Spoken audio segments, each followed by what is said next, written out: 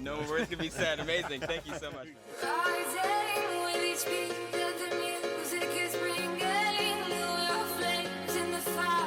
My name is Alfred Mugo, and this is my life. So everyone, welcome to this week's video. I am at Magnuson Park. It's a beautiful Magnuson Park. It is a gorgeous day today. It's around 7 p.m. here. But today I want to talk about something that has been on my mind for a while, and something that has been a constant challenge for me, as I'm sure it's been for many of you as well, and that is managing your anxiety. You see, anxiety is one of those things. It's fleeting. It comes and it goes, but it's ever present. Everybody has experienced some level of anxiety in their lives, and some of you may be feeling it right now. As we try to manage work, as we try to manage school, as we try to manage our friends and our families, you know, all of this is a time suck. It takes energy, no matter how much we care about each of those different things, each of those different principles, pillars, all of them take energy, and sometimes subdividing that energy can be difficult. And if that's difficult, that means, hey, sometimes we kind of break down a little bit, and when we break down, that's when we experience anxiety, that's when we experience stress. And as a ground rule, I want to first say this. Number one, it is important to just state that it is okay to feel how you feel. Mental health is a conversation we need to be having as a society more than ever, especially nowadays during these times of COVID. You see, mental health is the foundation of our happiness. It's the foundation of what makes us effective in every single area of our lives. So if our mental health is lacking, then we are lacking as a whole.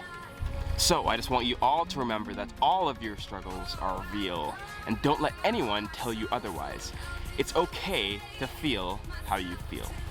So as I talk about anxiety, I want to first talk about stress, because stress is inherently linked to how anxious you feel. Sometimes you feel way too little stress in your life, you don't feel challenged, you don't feel driven, you don't feel motivated. But other times you feel way too much stress, you feel overwhelmed, you feel kind of burdened in a lot of ways. And really the key here is what scientists call eustress. Eustress is that perfect balance. It's that Goldilocks zone, right? It is where you want to be, because that's where you will be most effective. So the first and probably the most important step here today is acknowledging how you feel. Again, you know, it comes back to you. Acknowledging how you feel and letting yourself know that it's okay to feel that way. You see, anxiety again is tricky because it is fleeting. It comes and it goes, and it never really seems like that big of an issue until it really compounds. So in this period of time where there's so many distractions, where you can go on social media and you can see everybody living their best life, but to you, you know, you're comparing yourself to all these people. And so you set these standards for yourself at such a point to where when you look at yourself, when you reflect on what you're doing, it makes you feel sad. It makes you feel like you're not doing enough. And on the low end of stress, right, that could really instigate a lot of anxiety. On the high end, it maybe is you just feeling overstimulated. You feel like you're doing so much work. You're so overwhelmed. You're doing a million things. You're going to school. You're trying to deal with family. You're trying to deal with relationships. And that has forced anxiety into your life because there's just too much to handle.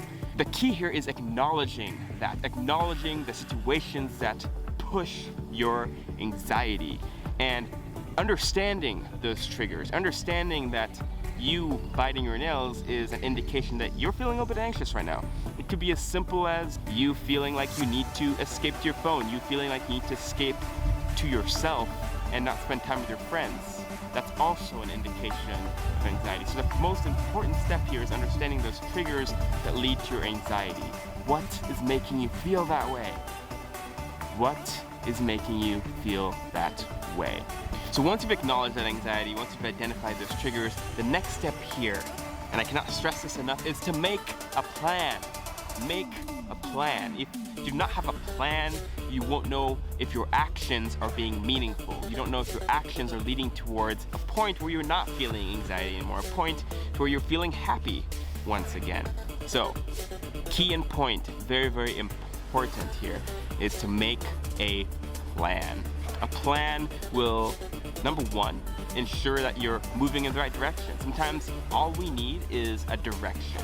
And as soon as we acknowledge that anxiety and we understand and have a goal that we want to get to, a certain level of happiness, a certain level of fulfillment in our lives. We can say, okay, these are the actions I need to take. I need to spend more time with my friends. I need to spend more time here. I need to reduce my time here. I need to, deprioritize playing video games so much so I can actually focus on maybe finding some of those habits and finding some of those things I'm interested in. As soon as we make a plan to kind of tackle that anxiety in whatever way it is, whether it's been high stress or low stress, as soon as we make that plan, it will be a huge step forward in you getting to a point where you are happy. Whenever we set a goal in life, there's always infinite paths to that goal. And I want you to really dwell on that. Whether it's a career goal, whether it's a personal goal, no matter what it is, somebody has done it before in some way. You can do it. You can absolutely do it. You can overcome that anxiety. And by setting that goal, that will be the biggest step and the biggest hurdle in you getting to that point where you want to be. Create a vision of how you want to feel. Write down on a page, how you want to feel getting up in the morning, how you want to feel when you talk to your friends, how you want to feel at work, how you want to feel as a partner, as a significant other. Because as you visualize and create that picture for yourself, it'll be easier for you to identify those different actions every day that you need to take to get to that goal. Remember, there are always infinite paths to get to a goal. There's never one right way, especially when we're thinking about anxiety, when we're thinking about mental health, right? Everybody has their own way. Everybody has their own form of happiness and their own form of peace.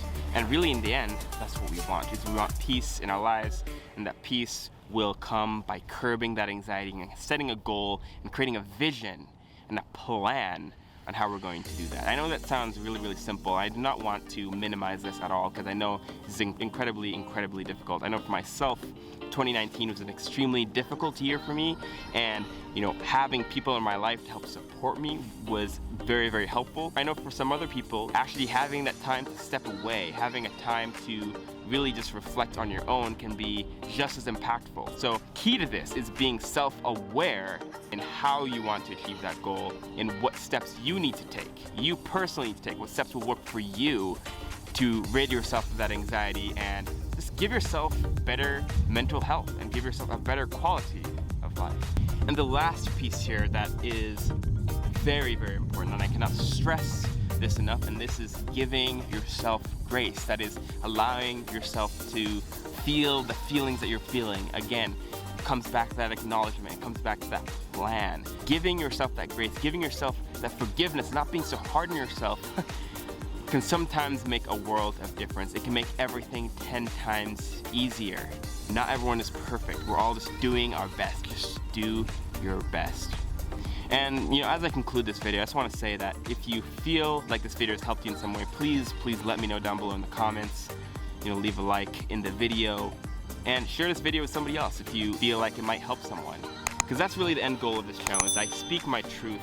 I talk about what's important to me. I talk about what is pertinent to me in this moment, and I want to share that with people. So thank you all so much for watching. I know this was kind of a heavier video, but on this beautiful day here in Seattle, Washington, as we get to the summer, as we begin to get a little bit more vitamin D, I just urge you to treat every day as a new day. Because it is. Every day you have an opportunity to change something in your life.